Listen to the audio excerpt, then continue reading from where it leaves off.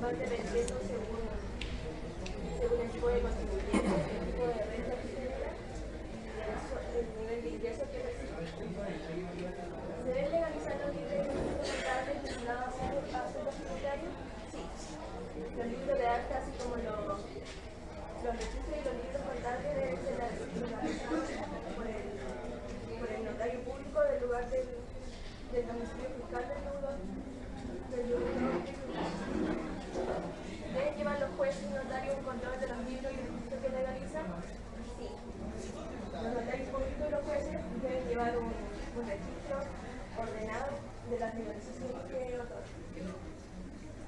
Y también se deben comunicar las pérdidas o la expulsión de los libros. Los deudores que han sufrido la pérdida o un siniestro deben comunicarlo a ANAC, que son los Superintendencia Nacional de Administración Tributaria, y tiene un plazo dentro de los 15 días hábiles siguiendo la concurrencia.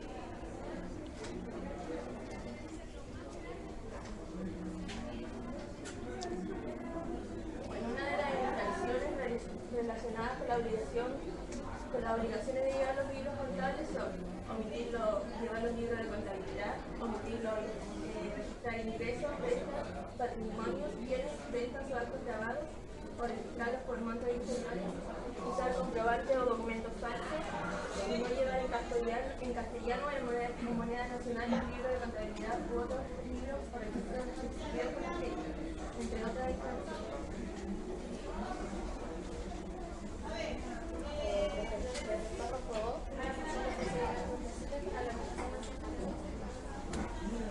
La tramitación de procedimientos se rige por el título número 2 de la Ley del Código Tributario, y en primera instancia está el director regional, que vendría siendo donde esté la sucursal de la empresa, a quien se le esté aplicando la multa. Y en segunda instancia, ya una vez que la infracción pase a mayores, queda a cargo de la Corte de Apelaciones respectiva. Una vez presentado el reclamo, se presenta en la sede de la Dirección Regional o en la unidad habilitada. Y esta función en la actualidad está encargada por los departamentos jurídicos de cada dirección regional del Servicio de Impuestos Internos, que es también llamado Tribunal Tributario. Una vez la notificación de la que hablaba Ricardo, es una resolución que provee el reclamo, al igual que las restantes que se dictan en este procedimiento. Y es una sentencia definitiva. Puede ser a través de cédula o notificación.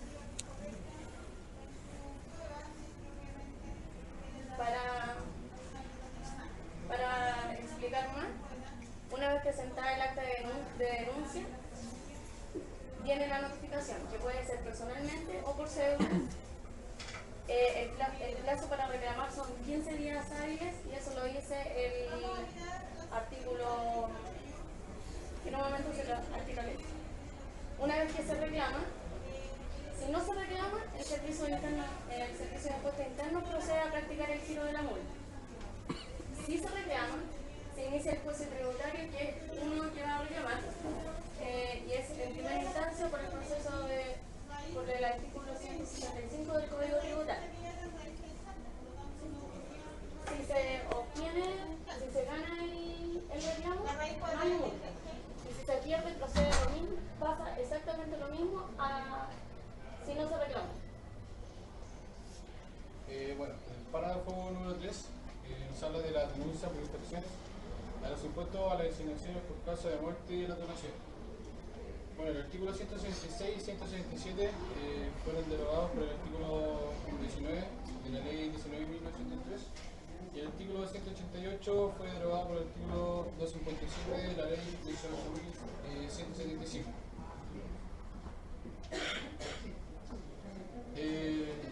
Bueno, desde el artículo 138 al artículo 199 está relacionado el título quinto, que nos dice que es el encargado de realizar la cobranza administrativa y judicial de las obligaciones tributarias será, el encargado de esto será el servicio de tesorerías,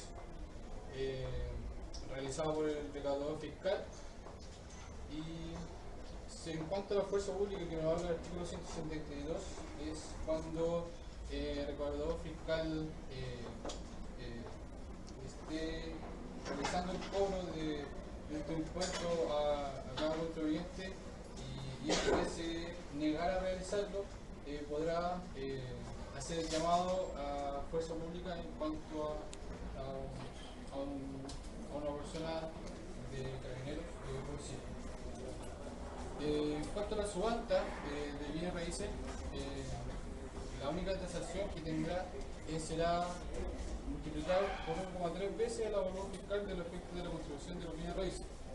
Esto será a través de la solicitud del abogado provincial, será decretado por el juez de la causa y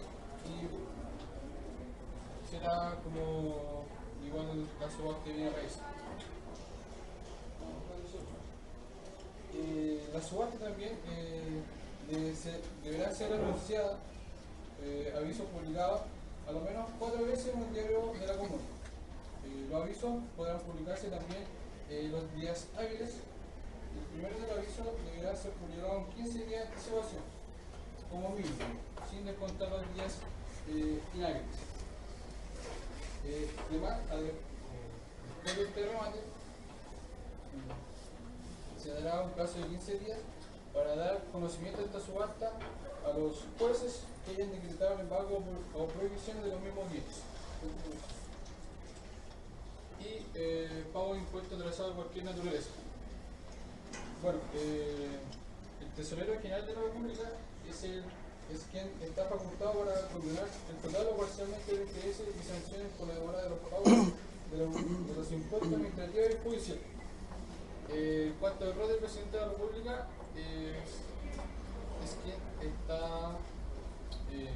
es quien podrá ampliar el plazo de los pagos de estos impuestos. O sea, el tesorero es quien me dice que yo estoy condenado por eso. Pero el presidente de la República me dice que me puede ampliar ese plazo. Por ejemplo, lo que está pasando en Valparaíso, lamentablemente, no sé, algunos pidieron algunos almacenes o pequeñas empresas. El tesorero general podrá condonar o parcialmente o totalmente interés en las sanciones, o el presidente de la República podrá ampliar ese plazo. Lo que podemos dar un ejemplo de lo que está pasando en Valparaíso. Y eso es. Ese es nuestro resultado.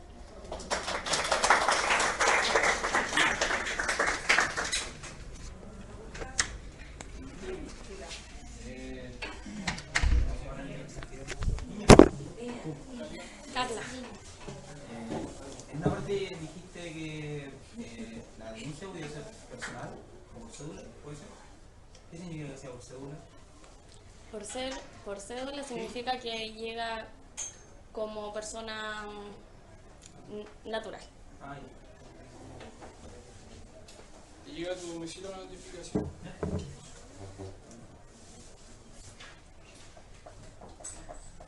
¿Qué más?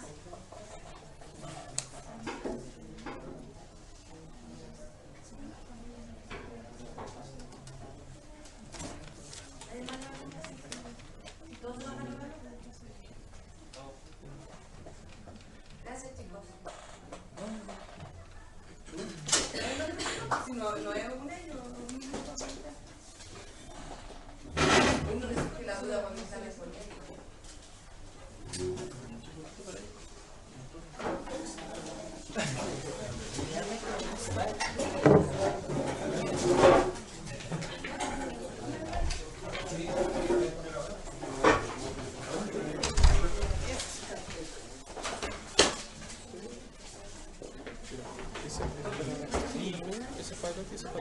Adelante, atrás y para... Sí, tienes que apuntarle.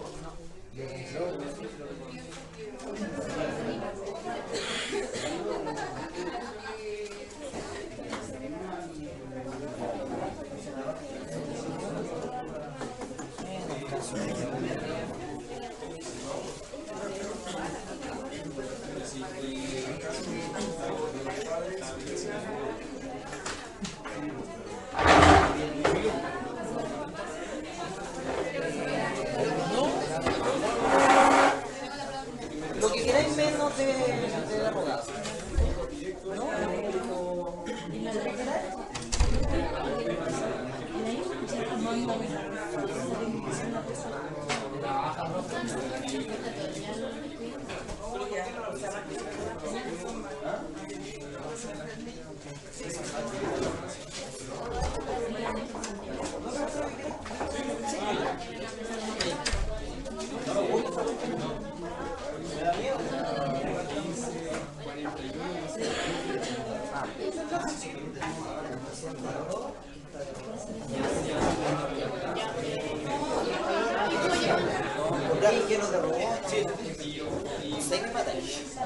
¿Qué cosa?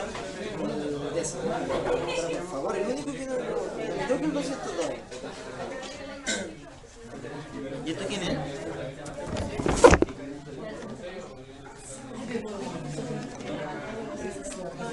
¿Ese es el ¿Parte de los libros de contabilidad? ¿No lo dan usted? ¿El celo tuyo? Permiso. ¿Alguien está grabando? Sí. ¿Aló? Sí, sí. ¿Pueden callar? Gracias. Es que nos van a preguntar mucho. Buenas tardes, profesora y compañeros presentes. Bueno, lo que nos toca presentar a nosotros va a ser el título 3 de los giros, pagos, reajustes e intereses, tanto de cómo se va a pagar y cómo se va a fijarse, que dependiendo de cómo paga el contribuyente. Nuestro grupo está conformado por Marco Arancibia, Felipe Espinosa, quien se dirige a ustedes, Constanza Robledo, y por último Camilo Uribe. Yo les voy a hablar un poco del artículo 37 que nos menciona en primera instancia cómo se va a hacer el giro para cobrar este tipo de pagos. Entonces, nos menciona que el registro civil va a ser el único organismo encargado de realizar esto y lo va a hacer a través de giros que los va a dictar a través del rol o la orden de ingreso, el rol que tenga la empresa o una orden que va a dar el mismo. También existe, a esto tiene una excepción, que es cuando se usan a través del cobro de estampillas. Y luego nos dice que solo el Servicio de Impuesto Interno está calificado para realizar cualquier tipo de modificación de estos giros. Es decir, que una vez que lo emite, el mismo servicio puede anularlo, cambiarlo o incluso reemplazarlo. Y también nos habla sobre un poco de las facultades que tiene el director y nos menciona sobre que él va a ser el encargado de dictar las normas administrativas para este pago. Es decir, que él va a disponer cuántas personas va a usar, quiénes van a estar a cargo por decir cuántos cajeros va a haber y todo ese tipo de cosas. Si él quisiera hacer un cambio que se encuentre muy radical, va a tener que enviar la solicitud al ministro de Hacienda. Y él va a tener que ser el que apruebe esto. También nos habla sobre la aproximación. ¿Cómo lo va a hacer cuando el cobro quede en centavos, en decimales? Y la aproximación se va a hacer de la siguiente forma, como lo puse aquí en la tabla, para resumirlo un poco porque eran demasiadas palabras. Entonces nos menciona que cuando son cifras inferiores a 0,5 pesos, la cifra simplemente se va a reducir. Es decir, que si era de 45.123,43, va a quedar simplemente en 45.123. Y para las cifras que sean superiores a 0,5 pesos, como todos lo suponemos, se va a aumentar el número, es decir, quedaría en 45.124. Y luego nos habla sobre que el Servicio de Impuestos Internos puede emitir, o sea, omitir ciertos giros en los casos que sean inferiores a 10% de una ATM. La OTM de abril está fijada en 41.469. Entonces, como ven ustedes, el 10% de una ATM es un valor bastante chico. Entonces, para ahorrarse el tema del Servicio de Impuestos Internos de estar omitiendo, emitiendo giros por tan poco dinero, por inferior a este dinero, dice que los va a acumular. Y se van a acumular hasta un plazo de un semestre solamente. O sea que si la deuda acumulada no excede a los 4.147, que es el 10% de la OTM, la va a acumular hasta el siguiente mes. Si llegase a exceder de la deuda, va a emitir la orden de pago. Esto hasta que se cumpla un semestre o hasta que se exceda el pago. Y en alineación a lo que mi compañero está hablando anteriormente, el artículo 38 lo que dice es que el pago de los impuestos será a la tesorería, ya que esta es la que recauda todo el tipo de impuestos. Obviamente esto se hará en moneda nacional o extranjera dependiendo de sea la nacionalidad del contribuyente. Dado esto, el contribuyente puede hacer el pago en efectivo, en valevistas, en letras bancarias o cheques. Dicho, obviamente, cuando se acredita un pago, se le dará el recibo correspondiente que obviamente comprueba que el pago es lo que le estaba debiendo. También dice que el Tesorero General de la República podrá autorizar el pago de los impuestos por medio de tarjeta de débito o crédito, siempre y cuando esto no signifique un costo adicional para el fisco. En el artículo 39, bueno, este artículo igual tiene un poco de redundancia porque habla de cómo se debe pagar y cómo puede pagar el contribuyente. Dado esto, los contribuyentes, como dije anteriormente, pueden hacer el pago en valevista, en letras bancarias y en cheques. Todos obviamente extendidos a nombres de la tesorería y reemitidos por carta certificada igualmente indicando el nombre y dirección correspondientes. Cualquier error u omisión en cualquiera de estos tipos de documentos, ya que estamos hablando de documentos bancarios, incurrirá obviamente al contribuyente en sanciones o un interés penal. Por ejemplo, si yo giro mal un cheque o algún tipo de documento y el servicio de impuestos se da cuenta de esto, obviamente no estoy correspondiendo a mi obligación tributaria, no estoy cancelando lo que debo. Entonces se hará obviamente la aplicación a una sanción. Cuando el pago también se puede hacer un pago por carta certificada, lo cual se entenderá como cancelado el día en que llegue a la oficina de correo dicha carta. La carta certificada se manda con 3 días de anticipación obviamente. Del artículo 40, 41, 42, todos los documentos bancarios obviamente de nuevo se extenderán colocando al reverso la especificación del impuesto a pagar. O sea, si yo voy a pagar, no sé, por ejemplo, el impuesto al IVA, si voy a pagar el impuesto a la renta, primera o segunda categoría, todo se debe incluir, obviamente, y describiendo lo que estoy cancelando. Y de igual forma, el periodo, el número, rol y nombre del contribuyente, y el fisco no será responsable del mal uso o extravío de estos documentos también. Las letras bancarias deberán dirigirse a la orden de la tesorería, mientras que los vales valevistas y los cheques se extenderán nominativamente a la orden de la misma, o sea, a la Tesorería General de la República.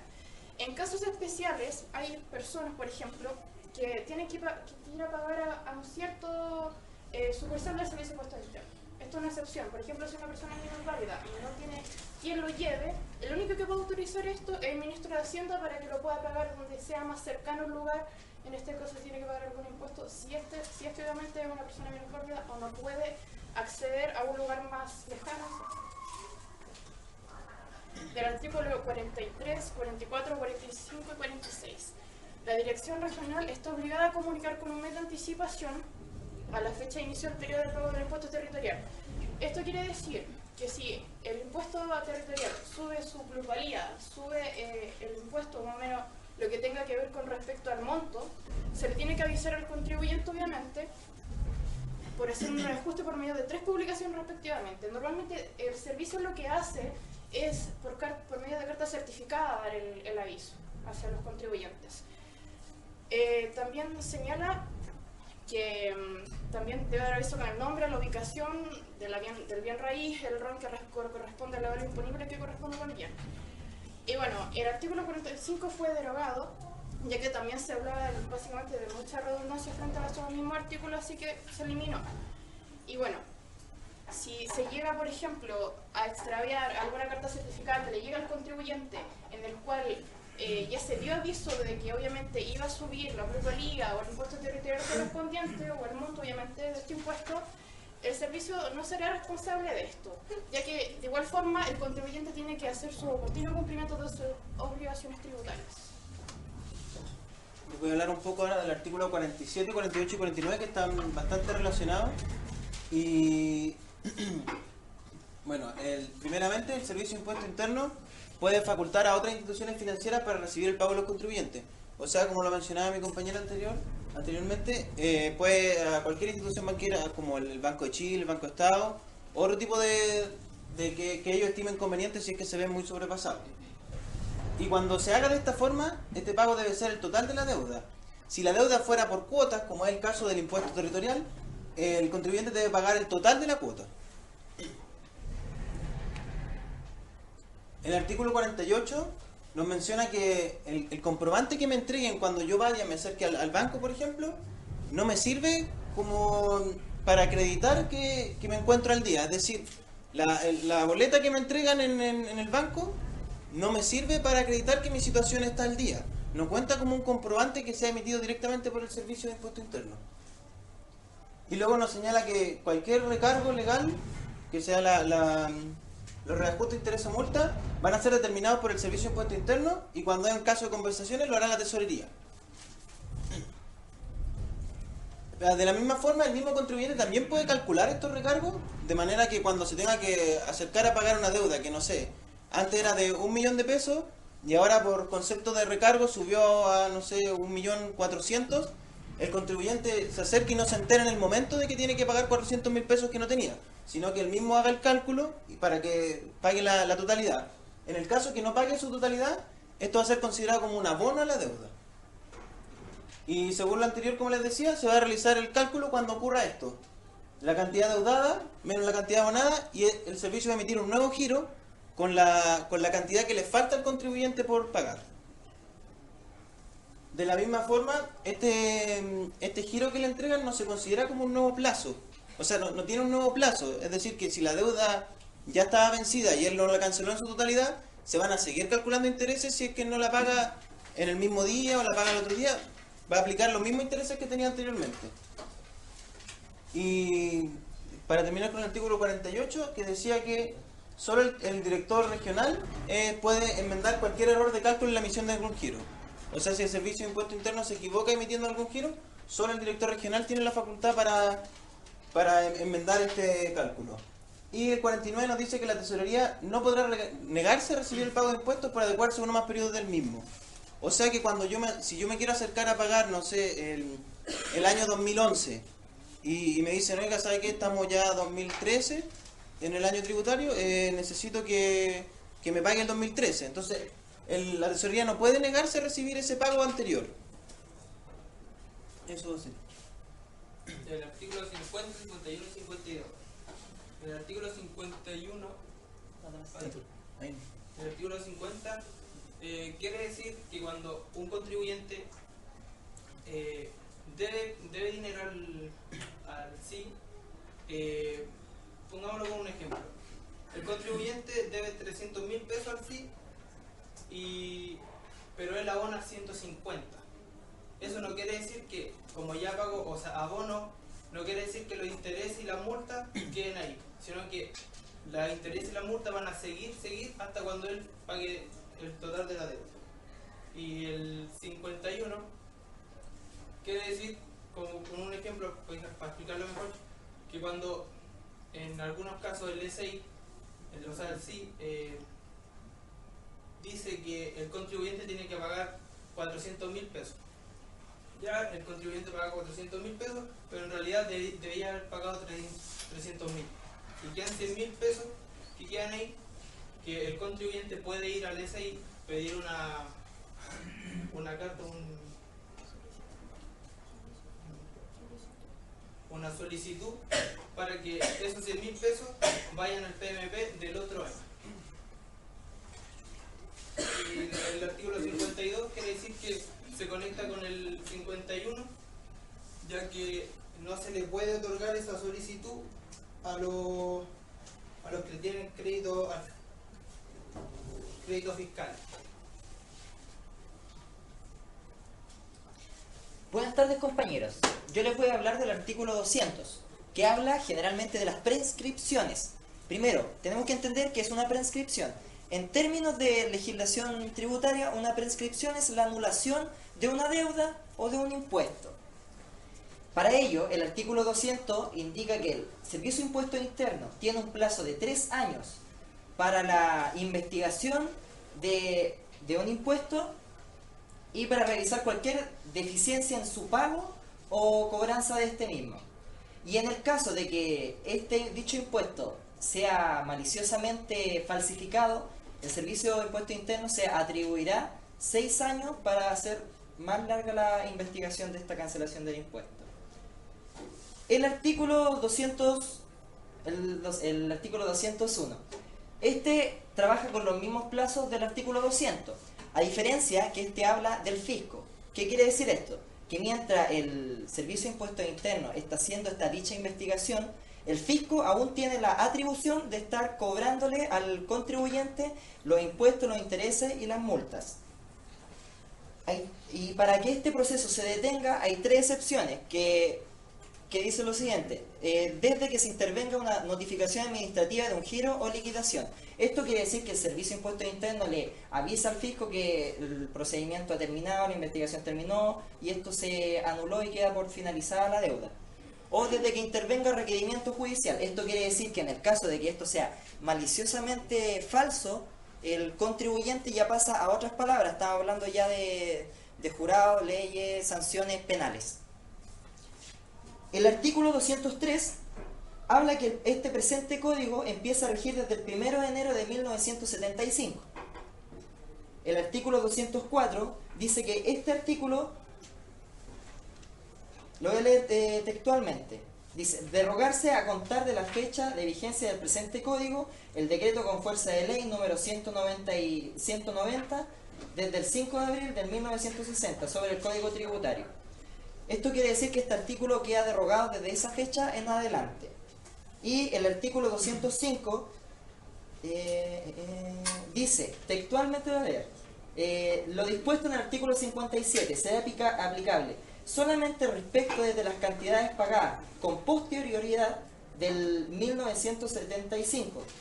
Esto quiere decir que todo esto empieza a aplicar desde esa fecha en adelante.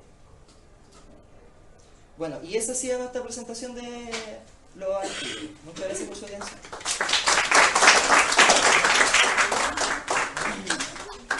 ¿Alguna duda, consulta? Que yo sé que hay varias. Ustedes hablaron de los pagos de los contribuyentes y las multas, ¿cierto? Y ahí me surge una duda. Pero tú dijiste que se podía abonar, ¿cierto? Que el contribuyente podía abonar. ¿Hay alguna opción, por decirlo así, que el Servicio de Impuestos Internos le dé al contribuyente de pagar en cuotas por los servicios? ¿O no existe esa...? No existe el pago por cuota. O sea, si tú abonas, simplemente... ¿Alguna vez? No, tú puedes abonar las veces que quieras, po. Pero tienes que estar consciente de que los intereses van a seguir corriendo. Ah, o sea, pero no es que... O sea, yo podría abonar... Claro, no es que vaya a pero mientras sigas abonando y no la canceles totalmente, van a seguir corriendo intereses y cada vez va a tener que pagar más. Solo puedes, voy a aclarar ahí. Si yo debo, supongamos, 3 millones de impuestos al fisco, yo puedo ir a la tesorería y hacer una repartación como cualquier cosa y decir, por ejemplo, quiero pagar en 12 cuotas. Y le toman los 12 millones en 12 cuotas. O sea, los 12 millones, los 3 millones con todos los gastos de multa. Todo, como quien dice, a la juguera y le pactan 12 cuotas. Y ahí usted va a pagar cuotas fijas mensuales. Igual con intereses.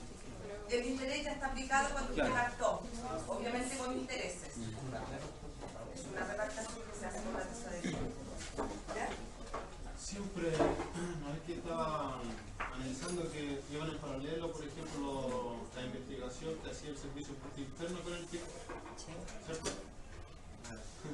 Entonces, siempre el fisco va a seguir la investigación en paralelo con el Servicio de Impuestos Internos. Depende, porque si el Servicio de Impuestos Internos dice que hasta que ya la investigación el fisco para cobrar al contribuyente. El que dice fin.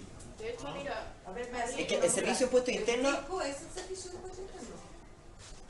¿Por qué dice fisco o servicio? No, es que uno, me confundí yo, es la tesorería. Una es la que va a estar la que va a estar recaudando, insistiendo al contribuyente, tienes que pagar, tienes que pagar, tienes que pagar, y el Servicio de Impuesto Interno el que está realizando el análisis, pues, el giro, el por qué se va a liquidar el impuesto, etcétera. De hecho, sí, incluso hay 3 instancias en las cuales el contribuyente puede apelar. Por ejemplo, si al contribuyente se le está cobrando una multa que él cree que no está correspondiente, él tiene 3 derechos de apelación. La primera apelación es cuando apelas por carta certificada, puede ser, al Servicio de Impuestos Internos. Después, si falla eso, puedes volver a apelar, pero hacia el director regional del Servicio de Impuestos Internos. Y si ya vuelve a fallar, puedes apelar a la Corte Suprema. Y ahí es donde obviamente se da el sí o el no de decir que el contribuyente debe pagar o no debe pagar. Esas son las 3 instancias más importantes si es que tienes una multa que tú no crees que no corresponde o interesa que te están cobrando de más. Yo tengo una duda, ya que existe la facilidad de que uno puede la boleta electrónica y todo eso, y uno puede transferir la carga de entidades financieras del pago de los impuestos, uno puede pagar por internet. Exactamente, de hecho es una facilidad. Hoy en día no es que la tesorería recaude y tú vas a pagarle a la tesorería. Hoy en día hay convenios con el Banco de Chile, como dijo Marcos, con el Banco Estado, donde tú con una cuenta ruta haces una transferencia y pagas el impuesto por internet. Entonces, eso de que hablaban, cuando, por ejemplo, dieron un ejemplo válido, El impuesto territorial. es solo el territorial. O sea, claro. Y le hablaban de enviar una carta al director. Mira, cuando ocurre, esos son casos especiales, por decirlo así.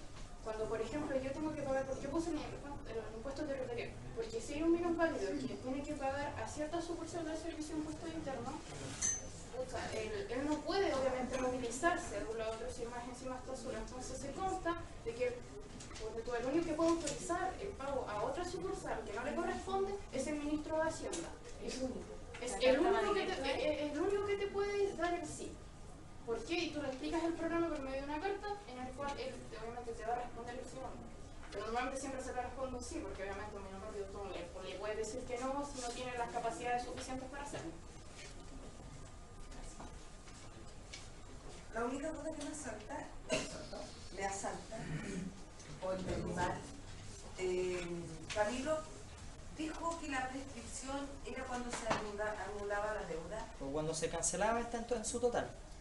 Ya, porque prescribir dijo como concepto que era cuando se anulaba, ¿cierto? Entonces si yo pasan 3 años y yo debo 2 millones y llegan 3 años, no me cobran más. No, ya a mí lo que me faltó decir es que previo a esto hay una investigación, o sea, en el mismo tema que estábamos viendo el otro día en clase en el asunto del RIM, cuando uno tiene una deuda, paga atrasado y te hace una investigación, te agregan impuestos, reajuste, en ese momento, ahí se me fue la idea, profe. Pero prescripción es pagar la deuda en total, que se anule que quede prescrito que esa deuda se canceló en total, o sea, anule. ¿Y si no la pago? Bueno, ahí vienen las sanciones correspondientes, profe. Prescripción, tomen atención. Tal como lo dice la palabra, prescribir significa anular algo, pero no anular para que a mí me anulen la deuda. Desde el punto de vista del fisco o del Servicio de Impuestos Internos, para que se entienda, si yo tengo una deuda o tengo algún formulario 29 o algún impuesto mal calculado, el fisco me espera 3 años para que yo me manifieste que quiero pagar o que quiero alegar que el error que ellos me dicen que tengo no es cierto. Después de los 3 años, si yo nunca me presenté, prescriben en el fondo para mí todos los beneficios que tengo de apelar o alegar. Y el fisco dice, yo hace 3 años atrás le informé que usted tenía un IVA mal pagado y que me debía, supongamos, 200.000 pesos. Lo esperé 3 años, por lo tanto acaba de prescribir todos los tiempos que usted tiene para apelar, y ahora yo le digo que me debe 200.000 pesos y le hace todos los giros, reajustes y multas y le actualiza el impuesto y toda la deuda. ¿Ya? Y le dice, venga a pagar. Y esos casos yo lo he visto todas estas veces en mi vida, que la gente cuando le llega la prescripción salta y quiere ir a pagar o quiere ir a apelar. Y yo le digo, pero ¿por qué ahora si te esperaron 3 años? De hecho, se informa de cualquier tipo de modificación al No, se contribuyente. esperaron 3 años. 3 años para que usted alegue, apele y no sé qué. Le llega una circular, una carta que dice notifíquese tesorería general y todos los pasos que tuvo previamente.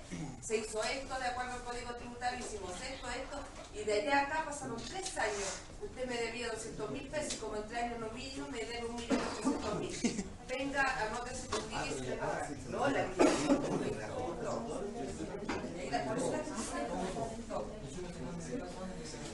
recuerde que eso es un antecedente más grave aún. La ley dice que en el 44 dice que mis actividades debo, ese es mi domicilio. Y por ley yo tengo informe de todos los actos de domicilio del fisco comerciales. ¿Ya? O si yo con una actividad económica a través del servicio. ¿Ya me puedo ir de aquí? Me siento incómodo con el ¿Hay alguna otra pregunta? ¿Preguntas? Aquí en eso, pero ahí ya no me... Ahora con el tema de las notificaciones, si no te logran notificar, Es que se supone que, mira, se supone que las notificaciones normalmente se hacen por, como dije, por carta certificada. Y también, de hecho, si se llega a haber una modificación por un impuesto, ¿qué es lo que hace el servicio? Lo publica por medio de la tercera, por un medio de comunicación en el cual tú vas a ver. Entonces es imposible ya que después no puedas acceder a que dijeran, a mí no me dijeron nada porque modificaron y voy a pagar más. Entonces se hace por medio de esos medios. Y aparte, claro, hay de todos medios de comunicación, y más por internet.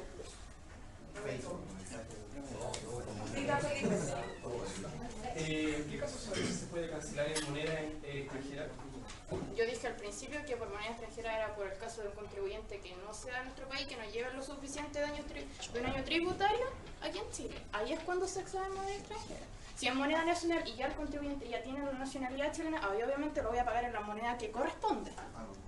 Y solamente hay una facultad que yo voy a apelar al director, no voy a apelar, me equivoco.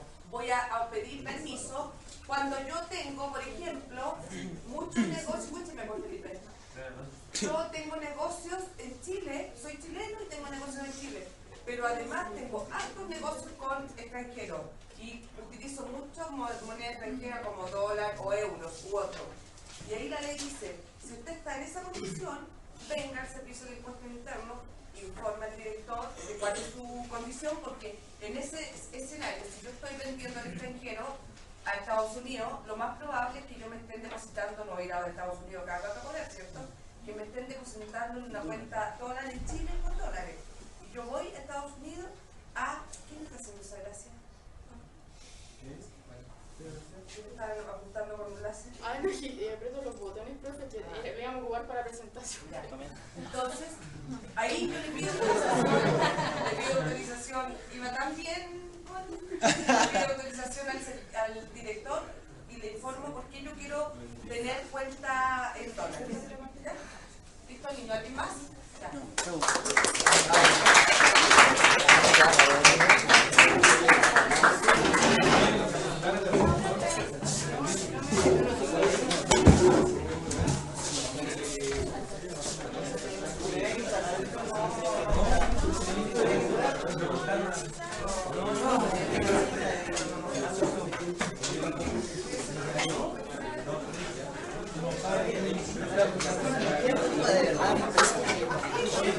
Soy triste, para contestar, para empezar, para hablar centralita, de verdad. Oye,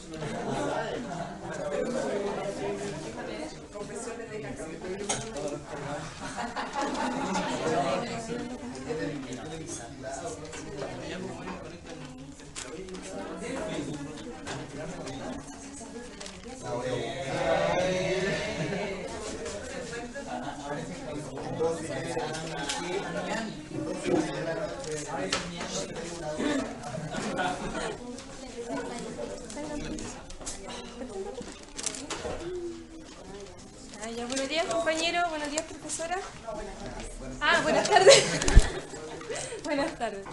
Buenos días, buenas tardes. Ya, a nosotros nos toca el artículo 53 al 58 y del 149 al 160.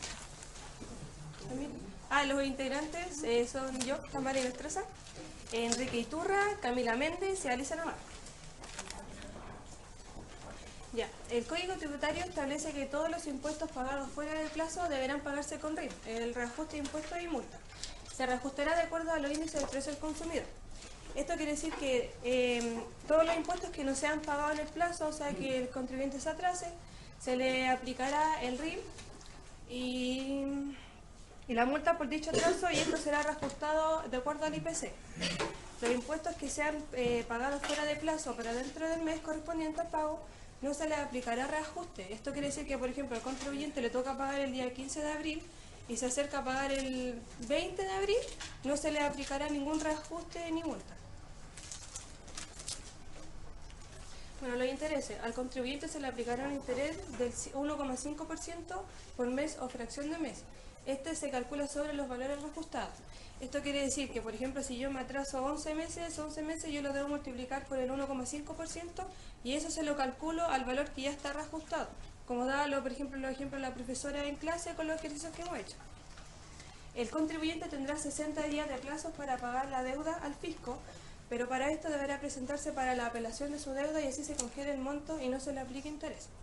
Esto quiere decir que, por ejemplo, si el contribuyente en este momento no tiene para pagar, él se acerca al fisco y le explica los motivos, como dice, es una apelación, y así se le podrá congelar el monto durante los 60 días. Ya, las multas. En el caso del IVA, el Código Tributario señala dos procedimientos, que es la rectificación voluntaria, que dice que se sancionará con el 10% para el primer mes, más el 2% para el mes siguiente, y la rectificación fiscalizada, el primer mes se sancionará con un 20% más el 2% por el mes y este tendrá un tope de 60%. Ahí en el caso del RIM, el impuesto a la renta, el reajuste y los intereses se aplicarán en el mismo método. En cambio, las multas se aplicará un 10% los primeros 5 meses y del sexto mes se le aplicará el 2%. Cuando el fisco le diga al contribuyente que el IVA declarado está mal, el contribuyente puede presentar antecedentes que respalden que lo declarado está bien y el único que puede condonar la deuda total o parcial es el director regional. Esto quiere decir que cuando yo voy a hacer la declaración de IVA y a mí me dicen, no, sabes que no es lo que tú dices, sino que un poco más, yo puedo respaldar y hacer, por ejemplo, un cálculo y decir, no, pues yo estoy en lo correcto. Y si se prueba que sí, el fisco me devolverá a mí la diferencia de lo que se me estaba cobrando, y el director regional es el único que puede condonar la deuda total o parcial. Cuando ingrese dinero indebido a arcas fiscales, ya sea por el Servicio de Impuesto Interno o la Tesorería, será devuelto con intereses. Así pasa también con las contribuciones de bienes raíces.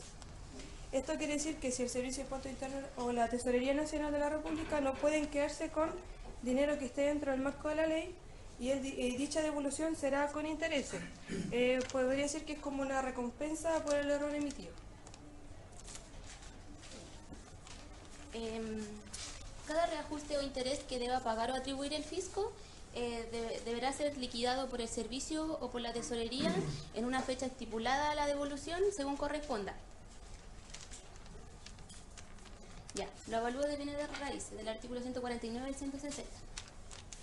Dentro del mes siguiente al que se publican las contribuciones de propiedad, o sea, lo avalúo de las propiedades, un mes después de su término, el contribuyente puede ir a reclamar si el avalúo de su bien raíz está mal según la tasación general. Y bajo las siguientes causales, solo se consideran 4 causales, que por ser la determinación errónea de la superficie del terreno o construcción. Por ser eso, un ejemplo podría ser de que está inscrito de que una casa tiene 440 metros cuadrados, pero en realidad son 400 metros cuadrados. Entonces ahí el contribuyente puede ir a reclamar de que está mal hecho la determinación de la superficie del terreno. Puede ser la aplicación errónea de la tabla de clasificación, el error de transcripción o de cálculo, que eso es cuando por ser, hay un avalúo, un rol avalúo que por ser el número, por ser 4532-2, ya, eso corresponde a una casa, pero por ser a él le inscribieron el 4533-2, entonces al momento de pagar las contribuciones, a él le va a salir otro monto, no el valor de su casa, porque está erróneo el rol avalúo. O puede ser también la inclusión errónea del mayor valor adquirido por las mejoras costeadas por terceros. Ya. Y por ser los contribuyentes perjudicados por las modificaciones individuales del avalúo, de los precios del avalúo, tienen un plazo de 30 días para reclamar. Y esto se notificará mediante carta certificada al domicilio señalado, dejando constancia en el expediente del servicio. Como decía Alicia, los contribuyentes y las municipalidades pueden apelar. ¿Y dónde lo deben hacer? Lo deben hacer en el Tribunal Especial de Alzada. Ahí deben presentar todos los documentos requeridos y los requisitos en sí. Los que no los cumplan van a ser desechados.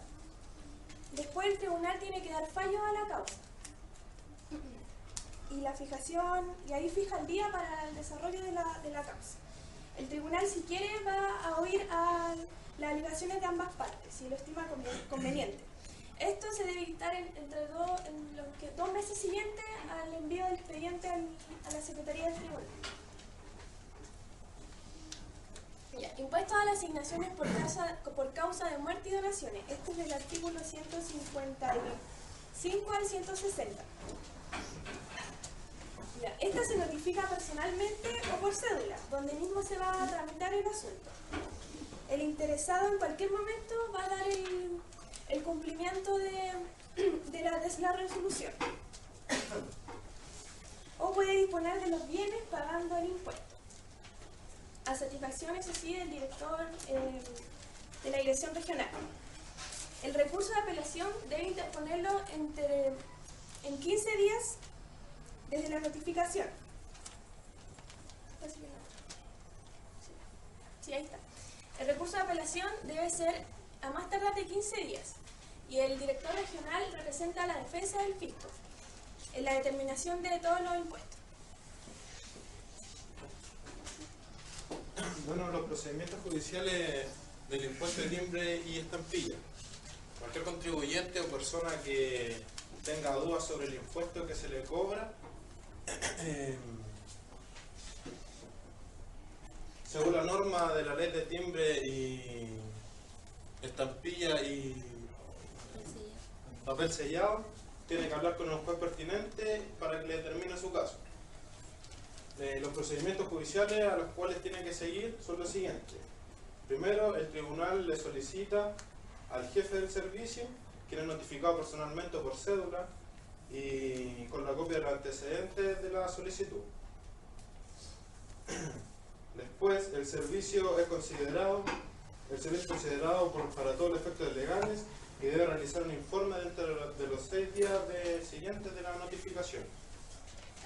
Luego, si se vence el plazo de los 6 días, el tribunal, conociendo el informe, igual fija el impuesto. Del fallo que se dicta, el contribuyente ahí puede apelar, pero es constante que uno apele porque el impuesto fue mayor a lo que debería ser. Y esos son los procedimientos en general de reclamaciones generales.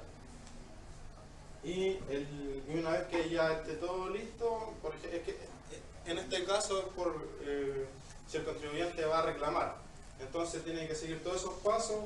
Si ya aclaró el tema de los intereses, el impuesto dictado no se será definido y los procedimientos judiciales no se aplicarán a los impuestos que deban pagarse.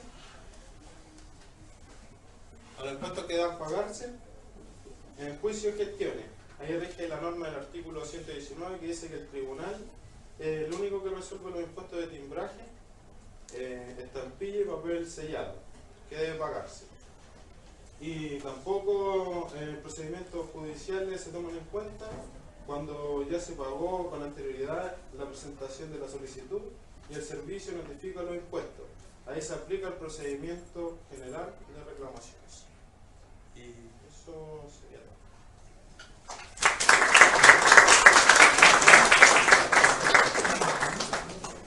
¿Cuándo se paga el impuesto de timbre y estampillas? ¿Cómo? ¿Cuándo se paga o por qué se paga un impuesto de timbre y estampillas?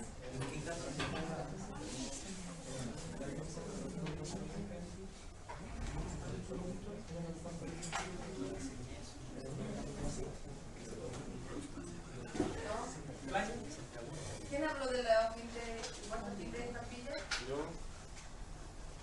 Pero es que me enfoqué solamente en los artículos que tengo que investigar. Sí, pero No me ahí puse más. también está el impuesto de timbre y estampillas. Solo este rato último habló de los impuestos de timbre y estampillas. Pero no sale un plazo. No, pues yo no digo plazo. ¿Cuándo pago? ¿Por qué pago impuesto de timbre y estampillas? Ah, cuando hay, por ejemplo, los impuestos tan erróneos y las personas dicen, ah, ya esto está mal, va a un juez pertinente y le pide para que lleven el caso. ¿No? Es que eso entendí. Y después de eso se va relacionando con los procedimientos judiciales. Que el tribunal le pide la solicitud, o se le lleva la solicitud y todas las cosas. Pregunta a los chicos. Tengo una pregunta. Tú hablaste del tema de las donaciones y cosas de muerte. Y hablaste de los impuestos con respecto a esos temas. ¿Qué pasa? O sea, ¿existe algún rango con respecto al tema de cuánto impuesto se le cobra en una donación específica a tal parte, por ejemplo? ¿Me entiendo? ¿Me entendiste? Sí. ¿Sí? ¿O no? Si hay algún rango que se cubre cuando, por ejemplo, yo te dono a ti dinero o algún bien. ¿Hay algún rango? Porque y el servicio de impuesto interno me cobra impuestos, ¿cierto? Un porcentaje. ¿Hay algún rango en ese porcentaje? ¿O tú sabes cuál es ese porcentaje? ¿Cuál es el tope al que lleva ese porcentaje? ¿O no aparece ahí? ¿No caché? O sea, habla de lo que tú me dijiste de las donaciones, pero no lo profundizan en el artículo. No, pero si no lo profundizan, no sé. Igual yo creo que el proceso de la pregunta es como para. Porque, no sé, lo veo como muy. Que a mí me interesa, por eso te pregunté, pero no es. ¿Saben por qué no está ociosa? Porque a mí no resulta que se la quiere una prueba. Así que la pregunta que se están haciendo ahora. ¿Cuál es la respuesta en todo caso? Pero, profe, ¿cuál es la respuesta?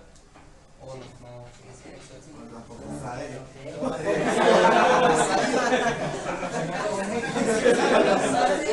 No sé, pero se lo voy a dar porque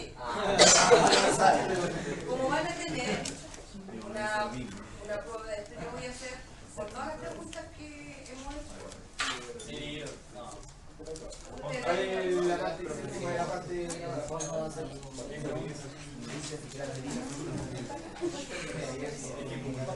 Lo más básico, el impuesto de timbre y estampilla, lo más básico. Piense que usted tiene mañana cuando se titule van a pagar el impuesto de timbre y estampilla.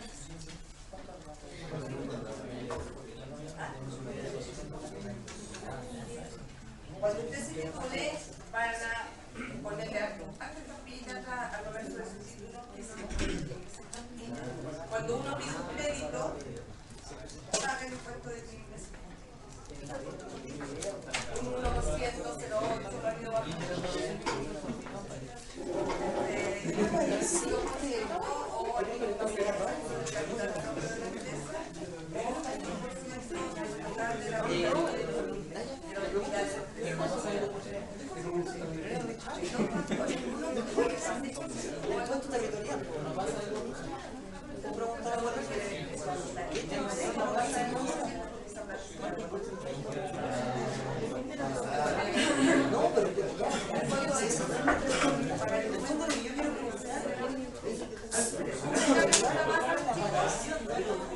por 400 metros cuadrados, por 160 metros cuadrados.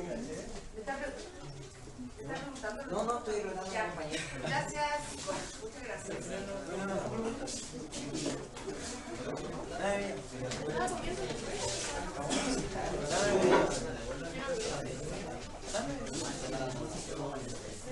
Raúl, Felipe, Natalia y Víctor.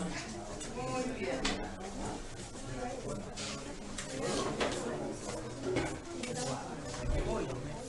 Al contrario, tienen que decir cuando hacen con el afán. Yo estoy segura que nadie lo hace con el afán de matar a nadie, pero con el afán de aprender.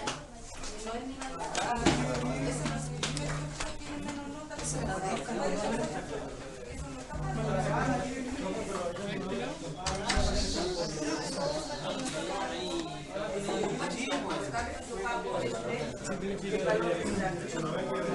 Raúl, la misma pregunta que me hiciste tú.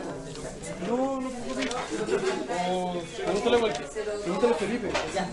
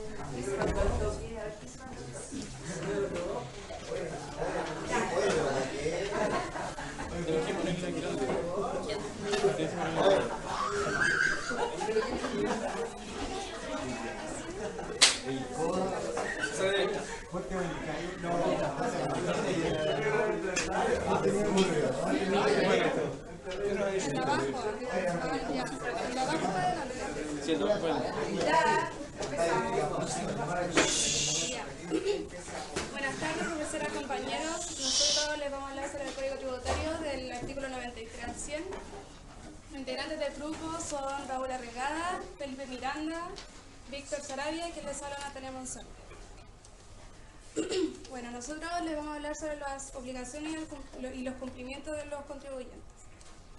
El artículo 93 dice que podrá decretarse por la justicia ordinaria el arresto del infractor hasta por 15 días.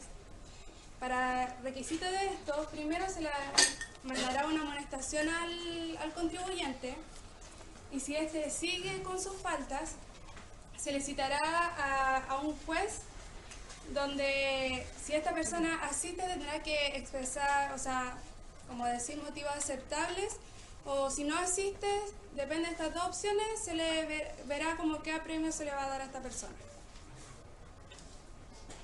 El artículo 94 dice que si los apremios continúan de este contribuyente se podrán renovar estos apremios. Ahora si no, se podrán finalizar los apremios de este contribuyente. Ya, el artículo 95 dice que a un infractor se le dará, como primera opción, se le mandará una citación. Después, si no asiste a esta citación, tendrá 5 días para asistir a la segunda citación. Si después no asiste continuamente a esta segunda citación, se declarará en estado de rebeldía y el juez podrá decretarlo como en orden de arresto para que asista obligatoriamente a esta tercera citación. El artículo 96 dice que si una persona importa un producto, tiene que pagar un impuesto, venda o no venda el producto. Si esta persona no paga este impuesto dentro de los plazos, se le mandará una amonestación donde tiene 5 días para cumplir este plazo. Ahora, si no lo hace, los antecedentes se mandarán al juez civil del domicilio para la aplicación de los impuestos.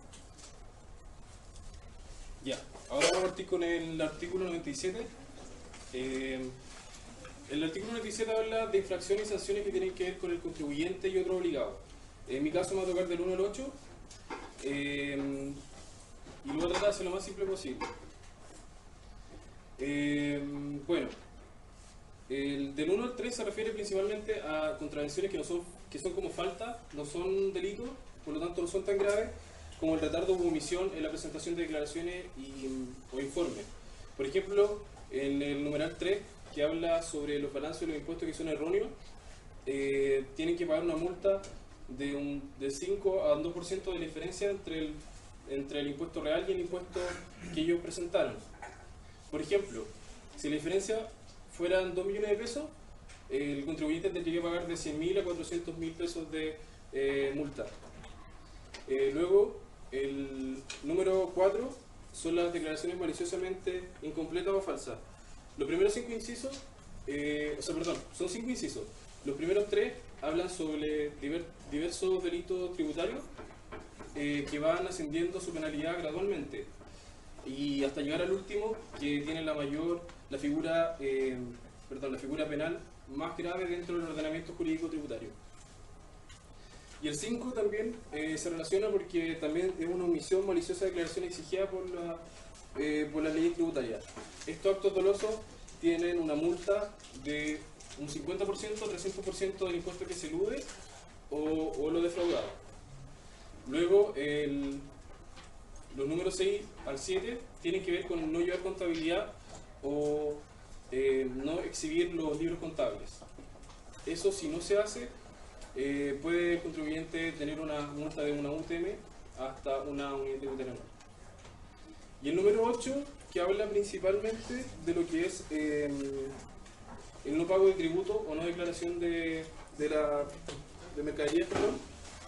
Así que, por ejemplo, si la señora Juanita, ahí está, la señora Juanita hace empanadas y no tributa, la señora Juanita puede llegar a pagar hasta 50%, del 50 al 300% de los impuestos eludidos. Incluso también puede tener, ¿cómo se dice? Presidio mínimo en su grado máximo.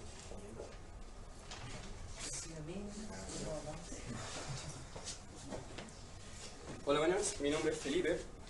Quiero hablar sobre el artículo número 9 hasta el número 17. El número 9 dice, por ejemplo, que ustedes tienen productos que no declararon, no pagaron, o cualquier tipo de cosa que las quieran vender, pero sin haber pagado los impuestos de compra. Yeah. Esto, ¿qué es lo que les va a afectar? Una multa de 30% de unidad tributaria anual hasta una multa de 5 unidades tributarias anuales y una pena de 541 días o un máximo de 3 años.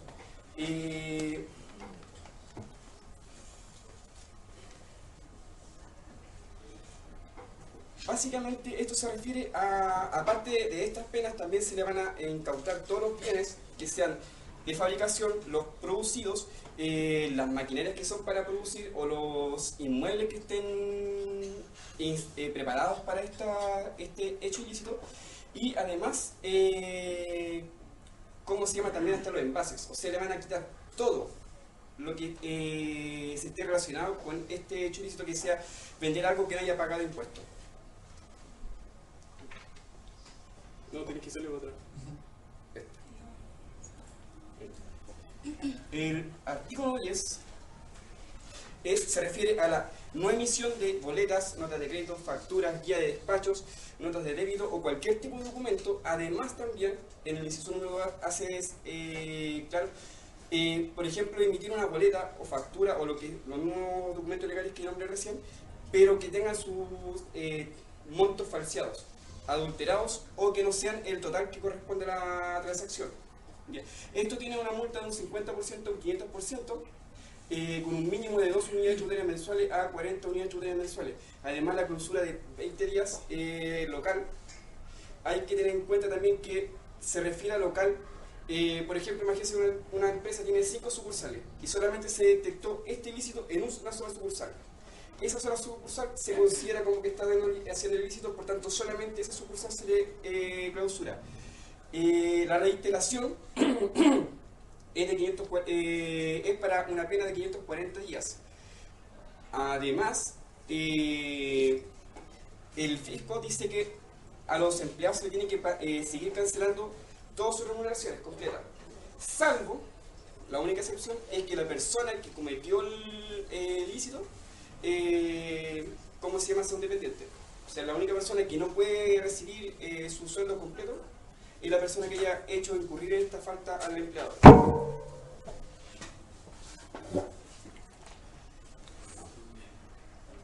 Sobre la obligación de pago de impuestos, el artículo número 11 ya lo vimos en clase en un trabajo, en donde, por ejemplo, se da cuenta el contribuyente que debe pagar o cancelar algún tipo de impuesto, se le recarga un 10% con un recarga mensual de 2% con un máximo de 30%, y si este es detectado por el Servicio de Impuesto Interno, la multa es de un 20% con una recarga mensual de 2% mensual hasta un 60%. La reapertura del local clausurado. Como se ve acá en la imagen, le colocaron un logo de clausurado de Servicio de Impuesto Interno, ¿cierto? Hay veces que por, no sé, por ejemplo, ¿has visto estas corredoras como la que están en la entrada de la INECAP? ¿Que se bajan? Esta cortina. Ya, al colocarla, el cartel de clausurado, uno simplemente puede subir la reja y, ¿cómo se llama? Y podría vulnerar la entrada sin violar los sellos. Esta se refiere solamente a eso, violar la entrada a un lugar clausurado sin violar los sellos. ¿Ya? Y es una multa de un 20% de unidad tributaria anual a 4 unidades tributarias anuales con 541 días de presidio. En el caso máximo y en el caso mínimo. Ahora habla sobre la destrucción del, ¿cómo se llama?, del cartel de clausura, en donde la multa, la destrucción del sello de Servicio de Impuesto Interno, es de media unidad tributaria anual a 4 unidades tributarias y con 541 días de presidio. El artículo número 14 es, por ejemplo, ya hubo un embargo en una empresa determinada y tratan de ocultar, sustraer o enajenar las especies que están dentro de ellas para poder así salvarlas de la incautación. También esa situación también tiene una multa que es de media unidad tributaria anual a 4 unidades tributarias anuales más 541 días de presidio, en su plano mínimo a máximo. El artículo número 15. Era actuar sin la buena fe, que se espera en el artículo número 34 del Código, y el artículo 60 que le indica que no tiene que impedir el acceso a cualquier tipo de personal del Servicio de Impuesto Interno. O sea, si el Servicio de Impuesto Interno hace ingreso a su sucursal, ustedes tienen que de buena fe presentarle todos los libros y de buena fe también permitir el acceso a las instalaciones donde quiera entrar. Si quiere entrar a una bodega, a un ático, al subterráneo, aunque usted no tenga mercadería y usted le diga que no hay nada ahí, no importa, tienen que dejarlo. ¿Por qué? Porque si no, la multa de un 20% a un 100% de unidad tributaria anual. La pérdida de documentación, cualquier tipo que sea, ya sea guías, facturas, boletas, nota de débito, nota de crédito, si ustedes detectan esto, hay dos pasos. Uno, que sea información voluntariamente, uno se dirige a su Impuesto Interno y le diga: se me perdieron tales documentos, se me destruyeron, me faltaron, me los robaron, no importa. La pena es de un 15% de capital propio, si es que es dueño de la empresa del contribuyente, o un 10% de unidad tributaria anual, si es que este es un tipo de socio comanditario. ¿Ya? En donde, como todos sabemos, los socios comunitarios no aportan capital, solamente conocimiento. Su multa es esta, y para los socios que aportan capital es de un 15% de su capital propio. Y esta otra parte que aparece acá abajo es cuando lo detecta el Servicio de Impuesto Interno. En el caso que ustedes se den cuenta del faltante de la documentación, tienen un plazo de 10 días calendario para hacerlo presente al Servicio de Impuesto Interno, y el Servicio de Impuesto Interno le va a dar un plazo no mayor de 30 días para poder restituir la información faltante. Y el artículo número 17 hace referencia al transporte. Cuando uno hace un transporte de mercadería, por obligación tiene que ir con algún tipo de documento, ya sea una boleta, una factura o una guía de despacho, preferentemente la última. O que esté sin timbres, o que le falte, ¿cómo se llama?, no tenga la dirección completa del destinatario. Para este tipo de conceptos, a la empresa se le da una multa de un 10% a un 200% de unidad tributaria anual. Y, ¿cómo se llama?, se le prohíbe la continuación del viaje. Se le puede, eso sí, permitir al transportista que se devuelva al lugar de origen, pero no se le puede permitir que siga hacia su destino. Y la multa, como dije, solamente es para el contribuyente. En caso de los empleados que están en el transporte, no tienen ningún tipo de multa. Y ahora, número 18. les voy a hablar sobre el numeral 18 al 26. El 18 establece que todo aquel que compre o venda fajas de control o entrada ilícita debe pagar una multa de 10 UTM y compresivo menor en grado medio, y se aplica indistintivamente al que las mantenga, al que las compre o al que las venda. El 19 habla de que cuando yo voy a un local tengo que exigir boleto o factura y retirarla del local. Si no la exijo, la boleta es una multa de 1 UTM. En caso de la factura, 20 UTM. Debe haber un fiscalizador afuera del local que me la pida, y si yo me pongo a entregarle mis datos, él puede solicitar a la fuerza pública para yo entregarle mis datos. Y el fiscalizador debe dejar una constancia en la policía más cercana.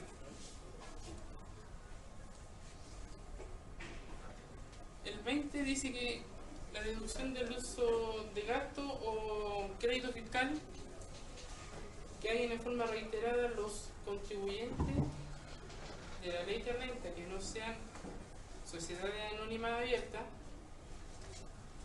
no, por el hecho de ceder en beneficio al propietario, al socio, al cónyuge, al hijo, pagará una multa de 200% de todos los impuestos que debía haber declarado en arcas fiscales.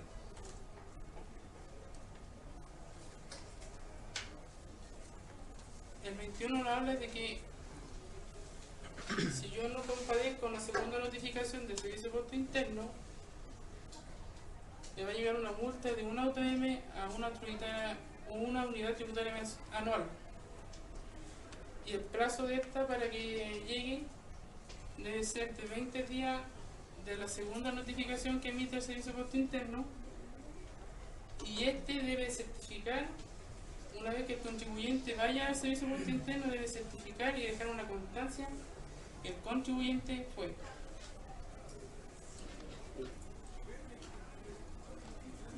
El número 22 hace mención a que si yo como servicio de impuesto interno le autorizo a ella puños o algún otro medio tecnológico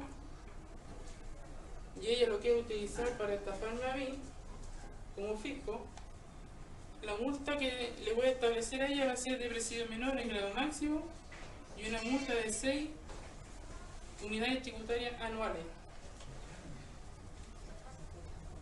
El 23 establece que si yo declaro datos falsos en la formulario 4415 o en alguna otra declaración con tal de obtener un documento de servicio de impuesto interno, mi sanción va a ser grado de menor, presidio menor en su grado mínimo medio, y si alguna otra persona me ayuda a mí a mentir, el castigo para la otra persona es presidio menor grado medio a máximo.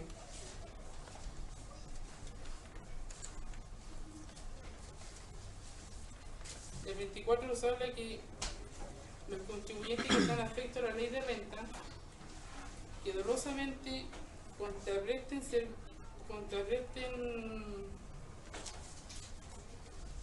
que dolosamente reciban contraprestaciones de la instrucción a la institución a las cuales efectúan donaciones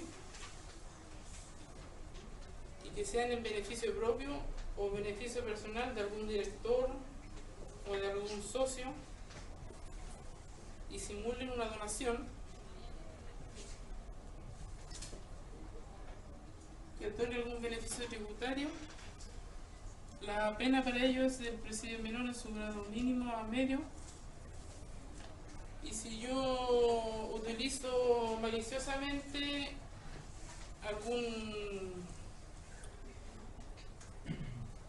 alguna donación que la ley me permite para rebajar mis impuestos, la pena que me va a dar a mí va a ser presidio menor en su grado medio máximo. El 25 habla, qué sé yo, como usuario de zona franca, teniendo permisos legales o no permisos legales, hay transacciones para estafar al fisco, mi multa va a ser de 8 UTM, sí, 8 UTM y presidio menor asegurada máxima. Y esta pena también va para el que utilice la zona, para el que realice transacciones con la zona franca.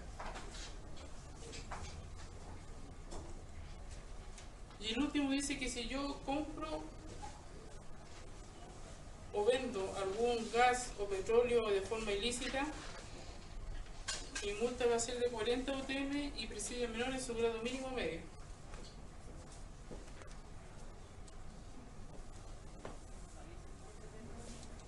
Ya. El artículo 98 se trata de las sanciones pecuniarias, o sea, en dinero. Las sanciones van a corresponder tanto al contribuyente como a las personas que están legalmente obligadas. Legalmente obligadas se refiere a la persona que firma.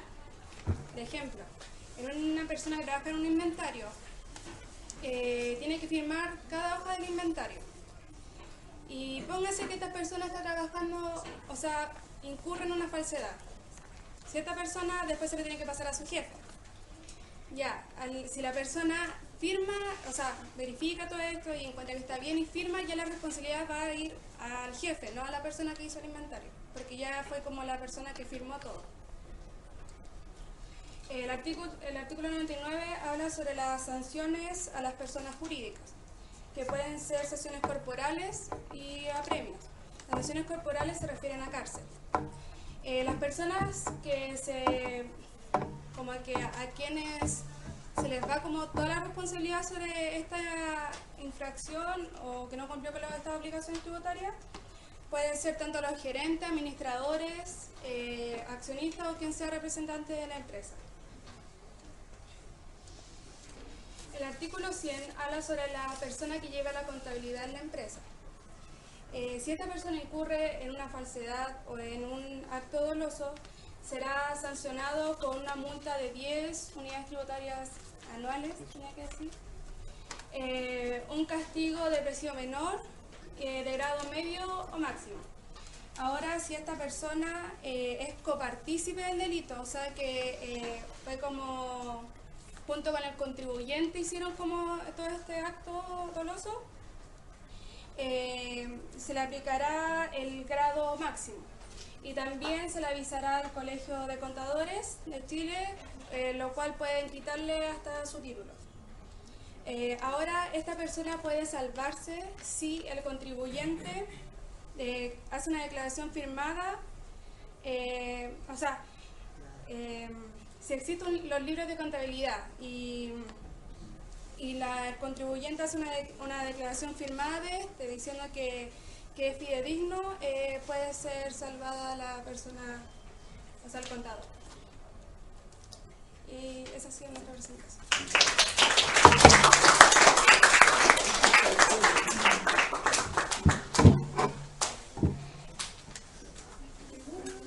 ¿Alguna pregunta?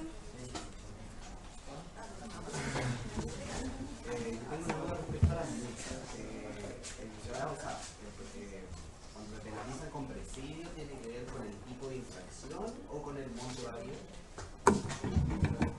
Eso sí, o sea, imagínate que por un error la multa sea de 5.000 pesos de pago de impuestos. ¿La mandaría eso? ¿Por eso es el mismo? No, por eso, o sea, simplemente. O sea, el monto puede multar hasta un 300% de evasión por esos mismos 5.000 pesos. Claro, pero es que si, ¿cómo se llama? No sé, pues si por ejemplo las faltas reiterativas se van asumiendo todo esto es gradual. Se que por un 50% cuando dicen, primera vez, pucha, fue un error, no sabía, ya está bien. Pero a medida que va pasando el tiempo y tú sigues cometiendo estos mismos errores, obviamente la multa va aumentando. Hasta llegar al máximo que es el 5%. Tú en un momento hablaste de la señora Juanita, ¿cierto? Bueno, aquí afuera hay hartas señoras Juanitas que venden empanadas. Entonces, ¿el servicio de impuesto interno es tan riguroso en sí como para, por ejemplo, ir a multar a esa señora? ¿O igual tiene ciertos parámetros Lo que pasa es que justo estábamos hablando antes con Felipe sobre el tema, porque, claro, si no declaras o no pagas impuestos, a ti te deberían multar con esto del 50 al 300% del impuesto que tú ves. Pero Felipe me contaba también que hay personas que pueden pedir permisos municipales o cosas así que sean de bajos recursos, por ejemplo, y ahí no se les mide con la misma regla. Por ejemplo, si la multa tiene que pagar cierta cantidad de M y después estar por tratar de cárcel. O sea, es lo que te van a sacar primero. Si te pueden meter preso primero y después pagar la multa. Pero hay que.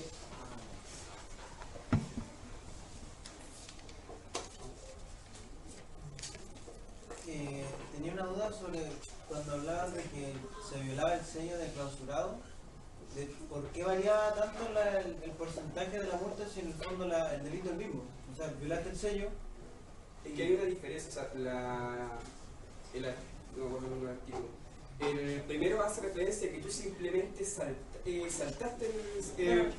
pero aún así tienes el mismo cartel, todos saben que está clausurado, pero que estés trabajando, que tiene una multa porque simplemente traspasaste el sello. Pero el hecho de, por ejemplo, borrar el sello, sacarlo, arrancarlo, tratar de hacer que ese sello nunca hubiera estado en su lugar, está diciendo que yo no solamente estoy violando el sello, o sea, traspasando el sello, sino que aparte no estoy prácticamente bien con idea de pagar la multa. O no estoy interesado en acatar a la autoridad que se pone interno. No, que ya el hecho que me cierren el local con el sello de clausurado es un cierre de local a lo menos 3 días, o sea, 3 días de no vender. Entonces, el abrir o violar el sello significa lo que dice Felipe. No estoy ni ahí, igual a terminación de multa. Entonces, como un agravante, ¿me entiendes?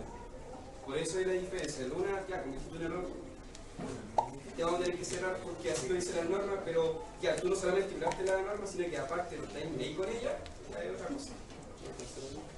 ¿Alguien más? Habló sobre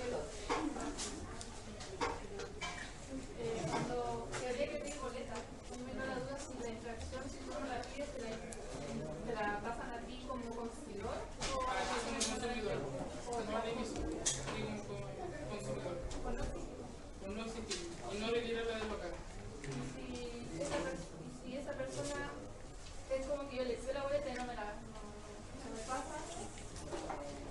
Lo que pasa es que la ley es bien difícil en la vida real que uno pida la boleta y se la den. Se lo digo yo por experiencia porque soy pesadita y donde voy, después se demoran y pasan la boleta y antes me pintan la tarjetita de la tienda y yo me quedo ahí, entonces me dicen, ¿le falta algo? Sí, la boleta. Y dicen, me miran y dicen, uy, disculpe, porque igual yo creo que los presidentes no persiguen chuta. Así son los fiscalizadores, así somos.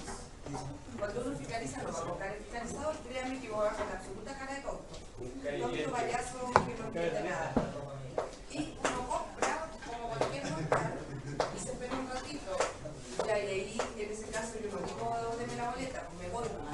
Y después que salgo, uno vuelve a entrar y ahí saca la PDI y dice, soy fiscalizador. Usted no me dio, usted no me la pidió, no, señor, usted no tiene que esperar que yo le pida. Es más, si ella, como dice usted, sale del local y el fiscalizador la sorprendo y su boleta, y ella me podría decir a mí y yo a ella no la sanciono.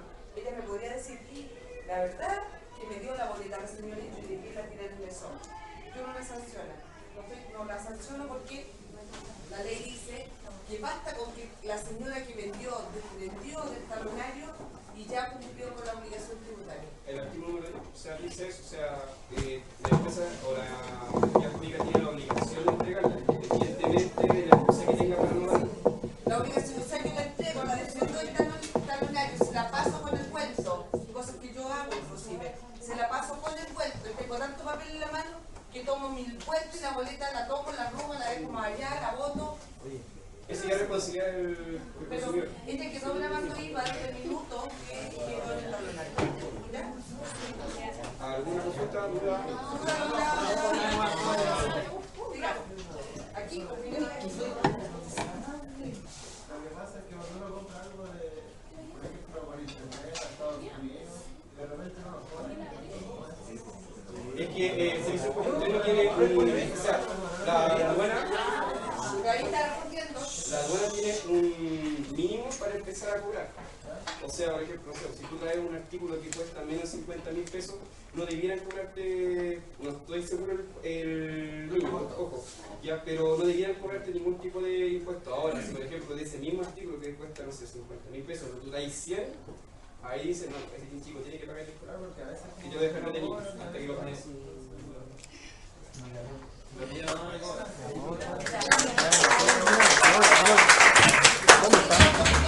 ¿Dónde están? Tienes que dar dos grupos para ¿Dónde están? ¿Dónde? Ya. El lunes, obviamente de los primeros. Sí, recién, ¿a dónde están? No, pero. No. Ya lo quiero. Ya. Lo que falta decir es. Obviamente.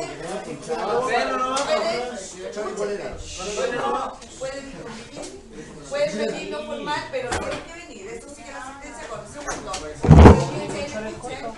Ya de la próxima semana vamos a empezar a usar y a conocer el formulario 22. Entonces ya es, yo se los dije esto en la primer día de clases, que ya es regla, porque eso va a entrar en la próxima prueba. Entonces el que no lo tiene, que se lo empiece a conseguir.